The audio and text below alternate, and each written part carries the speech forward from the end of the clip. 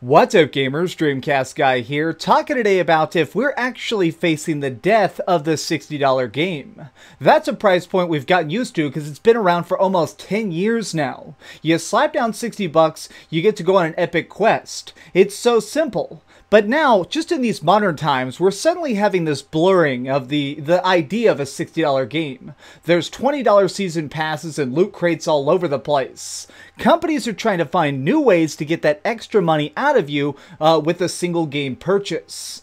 This is really baffling to me as somebody who's grown up playing so many different games. I mean, last night, my buddy and I sat down and beat all of Resident Evil 5. It was crazy good, but from start to finish, we were kind of talking about the idea that a game like Resident Evil 5 probably can't be made anymore. Mostly because of one big thing. You paid once, the adventure is great, and you never pay again. Once you have that disc, it's the entire adventure and there's nothing to go back for. True, the DLC for it is fantastic, but it's also really short. That is a game that was developed as cheaply as possible so that the $60 price point could pay them back. Now, well, that's not really happening. Now, just for a second, look at Star Wars Battlefront II. This was specifically designed to have microtransactions. It was made to get extra money out of the audience, and so because of it, they spent a lot more money making it. This was designed to constantly create an audience that was paying to play.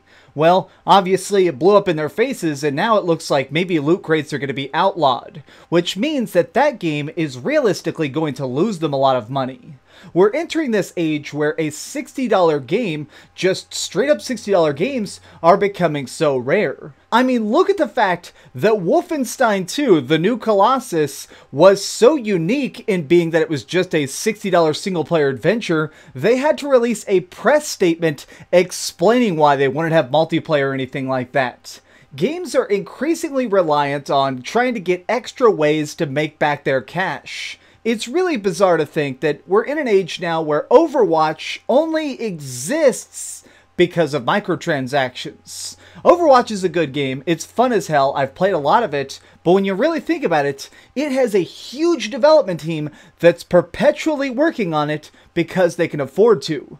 Those loot crates keep those hundreds of people in business creating new content. If there weren't loot crates and there weren't tons of microtransactions, that would have gone away. They couldn't have supported their business model with normal DLC. They come out with so many add-on packs and extra characters, if they were selling each one of those for $5, everybody would have left a long time ago. The community surrounding this interesting shooter would have collapsed. That means that we're now in an age where games exist that are cool and arguably better than they've ever been, but also far more expensive and almost predatory in a way. What actually got me on this train of thought about the death of $60 games is Fallout 4. I'm playing back through it again right now for fun, and it's just so incredibly good. But there's something that's kind of strange about it. If you think about it, this game was required to sell an explosive amount. This game is hundreds of hours of epic adventure, but it needs to make its money back. They were able to afford so much development and so many voice actors and lines and so much content for $60 because they knew that it would sell at least 10 million copies. If that series wasn't selling better, it literally would be forced to find other ways to make cash. It's so odd to think that games are continually getting bigger, grander, and maybe even better, but they're stuck having to try and find new ways to drain cash out of us. I think we're coming up at a time, and it's very soon, where games are going to start to toy with the $60 model a lot more. I think we're going to see $40 games coming out that are stuff like Overwatch, or maybe even MMOs like Final Fantasy XIV, where you pay $40 to start playing, and then a monthly fee to continue playing. Whereas we'll also see stuff like Witcher 3. I think that in the future, a game as big and grandiose as Witcher 3 is going to cost $80 or $100. If you're going to be picking up something like Skyrim, that is going to cost you a giant pretty penny. And I can't really say that this is evil. I don't like the idea of it, but I still think that this is preferred in my mind to microtransactions. I am so against the idea of loot crates, even if they don't break the game, that I guess I'm actually kind of coming around to the thought of maybe we should actually raise the price. Now don't get mad at me, I'm just saying, which would you rather have as a random gamer? And I seriously want you to think about this and tell me your thoughts. But would you rather have a $70 game like Persona 5 that you can play for 100 hours and have a blast with, or more stuff like purchasing just the multiplayer of Call of Duty? There is going to be a massive breakdown of structure very soon. The battle lines are already being drawn. Prices are either going to go up, or we're going to find new ways to try and make that buck. I don't want more season passes. I'm totally fine with this little bit we're getting now, but clearly, looking at what's going down, stuff is about to change. You may not know this, but one of the highest profiting games of the entire year is actually Ghost Recon Wildlands. Personally, I hate this game. I think it sucks. Seriously, it is that bad to me. But there's no denying the fact that they managed to monetize it properly. They kept coming out with free updates, staggered between giant DLC updates, to get their audience addicted, to get people coming back and paying more money to arguably exist in the same universe. And this has really been kind of buzzing in my head to think that this is the way all games are going to try and do it. You build something that at its core is good, and then find new ways to put extra layers of money around it. Do you want this awesome little center? Well, let's find new ways to make cash off it.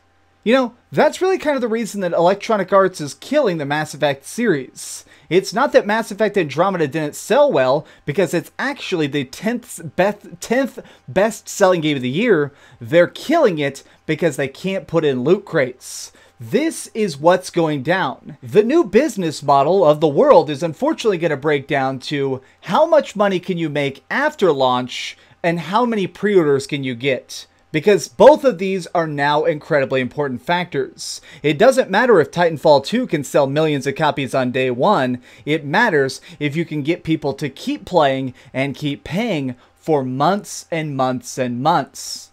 I don't really like the idea of all this, and I'm willing to humor the idea of more expensive games, just anything to stop what's going down. I don't want games like Hellblade: Senua's Sacrifice to fail just because they can't come out with DLC. But at the same time, I don't really like the thought of breaking stuff down into separate pieces. I like the Call of Duty multiplayer a lot. I think Call of Duty World War II is a great step in the right direction. But seeing that slowly get splintered off and filled with loot crates makes me afraid of what's coming soon.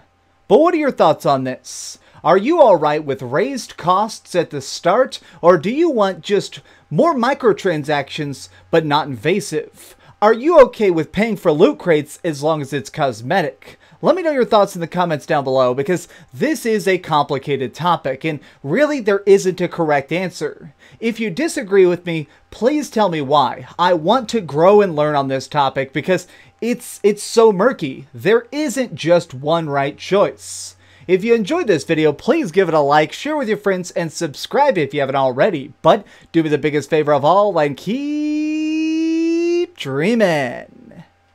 Hey, I don't know if you guys ordered anything for Black Friday. Let me show you what I got. I found all three of these for $5 on Black Friday. I got No Man's Sky, which obviously blows, but I want to go back through it and see if the updates are any good. I got Fallout 4 again, because I actually haven't played too much of the DLC, so I'm going to try Far Harbor and World of Final Fantasy, which I haven't beaten, so I figured, yeah, I'll buy a Day 1 edition for $5. Why not? Oh, hey. I was just playing a little bit of Grand Theft Auto on my Darth Vader PSP. Are you curious what I'm going to come out with next? Well, if you click this button, you'll be subscribed to be the first to know. Also, if you click over here and here, you can see my latest review and my latest top 10. I promise, it was super good. Or it was really bad, and I'm sure you can just make fun of me in the comments. Either way, it'll be a lot of fun. Thanks so much for watching.